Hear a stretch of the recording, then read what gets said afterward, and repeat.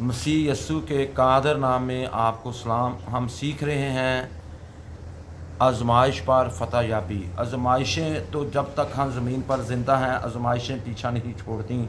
बात बात पर एक एक मिनट में एक एक सेकंड में हमारे सामने आजमाइश आती है। तो हम सीख रहे हैं कि अपनी आजमाइश पर कैसे हम फ़तह पा सकते हैं, कैसे फ़तह याब हो सकते हैं। मेरे अजीज़ों, मैं आपको बताने जा रहा हूँ और कलाम में से ये बातें सिखा रहा हूँ। इनको सीखें, अपने दिल में रखें, इन पर अमल करें तो कोई भी आजमाइश आप पर गलब नहीं आएगी, आप आजमाइशों पर गलब आएंगे।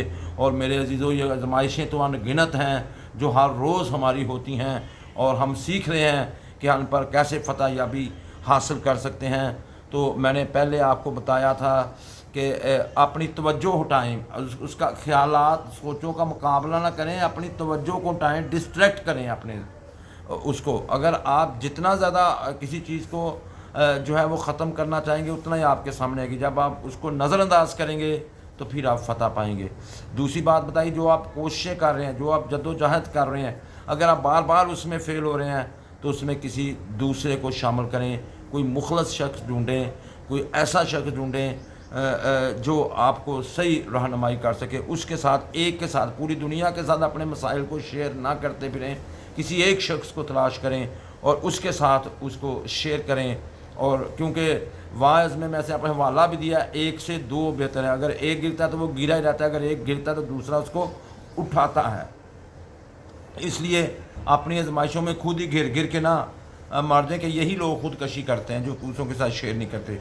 यही लोग अपने आप को नुकसान पहुंचाते हैं, रिश्ते टूट जाते हैं। किसी दूसरे के साथ लाजमी शेयर किया करें। आए, आज तीसरा पॉइंट है, अबलीस का मुकाबला करो।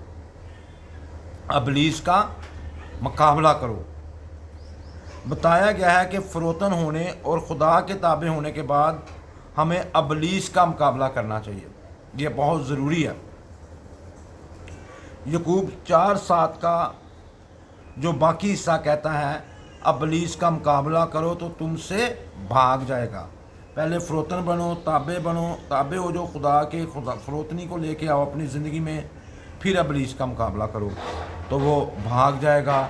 हमें उसके हमलों के सामने हाथ पर हाथ धरे बैठे नहीं रहना। वो हमले पे हमला कर रहा है और हम हाथ पे हाथ धरे बैठे रहते हैं, बल्कि क्या करना है, पलट कर लड़ना है, पलट कर उसका मुकाबला करना है। किसका? शैतान का। नए अहदनामा मसीही ज़िंदगी को बुराई की ताकतों के ख़िलाफ़ जंग करार देता है। हर मसीही की जो ज़िंदगी है वो बुराई के ख़िलाफ़, बुराइयों से मुकाबला करना है। उस शख्स से नहीं मुकाबला करना जो खून और गोश्त का बना हुआ है, उससे आपकी कोई लड़ाई नहीं है।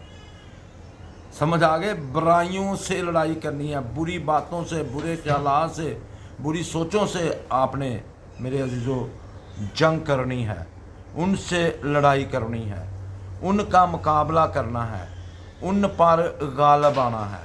आमीन। और मेरे अजीज़ों, इस मकसद के लिए वो मुकाबला करो, गालिब आओ, फ़तह पाओ। आमीन। जैसी जंग इस्तिलाहात जो हैं वो इस्तेमाल हो रही हैं, मैं उनके बारे में आपको बताना चाहता हूँ कि आपकी जंग क्या है। मसीहों को अक्सर दुश्मन के इलाके में लड़ते हुए सिपाहियों से तशबीह दी गई है। हम अबलीस का मुकाबला कैसे कर सकते हैं? जनाब पौलुस रसूल फरमाते हैं इफिसियों 6:17 में, और निजात का खोद और रूह की तलवार जो खुदा का कलाम है ले लो। सबसे पहले निजात का खोद पहनो, फिर रूह की तलवार जो खुदा का कलाम है उसको लेकर फिर अबलीस का मुकाबला करना है। तो पहला कदम है खुदा की निजात को कबूल करना। अगर आपने यस्सु को हाँ नहीं कहा तो अबलीस को ना नहीं कह सकते। जितने भी यस्सु को हाँ नहीं कहते वो अबलीस को ना नहीं कह सकते। मसीहो, गौर से मेरी बात सुन लो। जब तक आप अबलीस को ना नहीं कहेंगे आप कभी भी यस्सु को हाँ नहीं कह सकते। इसलिए सबसे पहले अबलीस को ना कहें ताकि आप यसु को हाँ कह सकें। Praise God, hallelujah. क्योंकि मसीह के बगैर हम इब्लीस के मुकाबले में कुछ भी नहीं है, बेयारो मददगार होते हैं।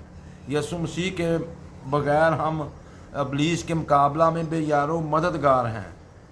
लेकिन निजात का खोद पहनने से खुदा हमारे दिमागों को महफूज कर देता है। Praise God. याद रखिए, अगर आप ईमानदार हैं और आपको ज़रूरी है तो शैतान आपको कुछ करने पर मजबूर नहीं कर सकता, उसकी ज़रूरत नहीं है। ज़रूरी है कि शैतान के ख़िलाफ़ आप खुदा के कलाम का हथियार इस्तेमाल करें, कोई और हथियार नहीं, खुदा के कलाम का हथियार। ये दूसरा कदम है। यसु बियाबान में आजमाया गया तो उसने हमें यही नमूना दिया है। शैतान ने जो भी आजमाइश पेश की, यसु ने पाक कलाम से उसका तोड़ किया। वो शैतान से दलीलबाजी नहीं करता था। जब अपनी ज़ाती ज़रूरियात पूरी करने के लिए कुदरत इस्तेमाल करने की आजमाइश आई तो उसने ये नहीं कहा मुझे भूख नहीं है।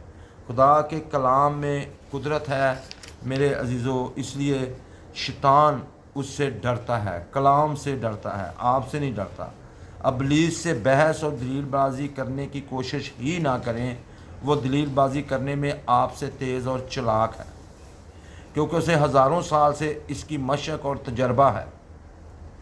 आप अपनी राय या मंतक से झांसा नहीं दे सकते। अलबत्ता वो हथियार इस्तेमाल कर सकते हैं जिससे वो कांपने लगता है, और वो हथियार है खुदा की सच्चाई। इसीलिए आजमाइश को शिकस्त देने के लिए पाक कलाम को ज़बानी याद करें। बेशक हफ्ते में एक आयत याद कर लें। आपको खुदा का कलाम ज़बानी आना चाहिए। कतई ज़रूरी है जब भी आजमाइश आए ये हथियार जल्दी और आसानी से दस्तयाब होता है। यसु की तरह आप भी सच्चाई को दिल में ज़ख़ीरा किए रखें ताकि ज़रूरत के वक्त इस्तेमाल कर सकें। अगर आपने बाइबल मुक़द्दस की आयत हिफ़्ज़ नहीं कर रखी तो यकीन जाने आपकी बंदूक गोलियों से खाली है जो शैतान के ख़िलाफ़ इस्तेमाल करनी है। खुदा का कलाम ही तो गोलियां हैं, आयात ही तो गोलियां जो शैतान के लिए गोलियां हैं। खुदा का कलाम, उसकी आयात जो उसको शिकस्त दे सकती हैं। हर हफ्ते एक आयत ज़बानी याद करते रहें। तसव्वुर करें कि आप कितने ताकतवर हो जाएंगे। महीने में 4 आयात याद करेंगे। हाँ जी, एक महीने में 4 तो 2 महीने में 8, 3 महीने में 12 और 6 महीने में 24 और 1 साल में 48 वर्ष आप याद कर लेंगे। इतना कलाम जब आपके अंदर होगा, सच्चाई आपके अंदर होगी, ये तलवार आपके अंदर होगी, तो आप इब्लीस को हर लिहाज से शिकस्त दे सकते हैं। कलाम का पढ़ा और सुना जाना हमारे लिए बाइस से बरकत हो। खुदावंद का शुक्र हो। आज हमारे 3 पॉइंट मुकम्मल हो चुके हैं। कल हम चौथे पॉइंट को मुकम्मल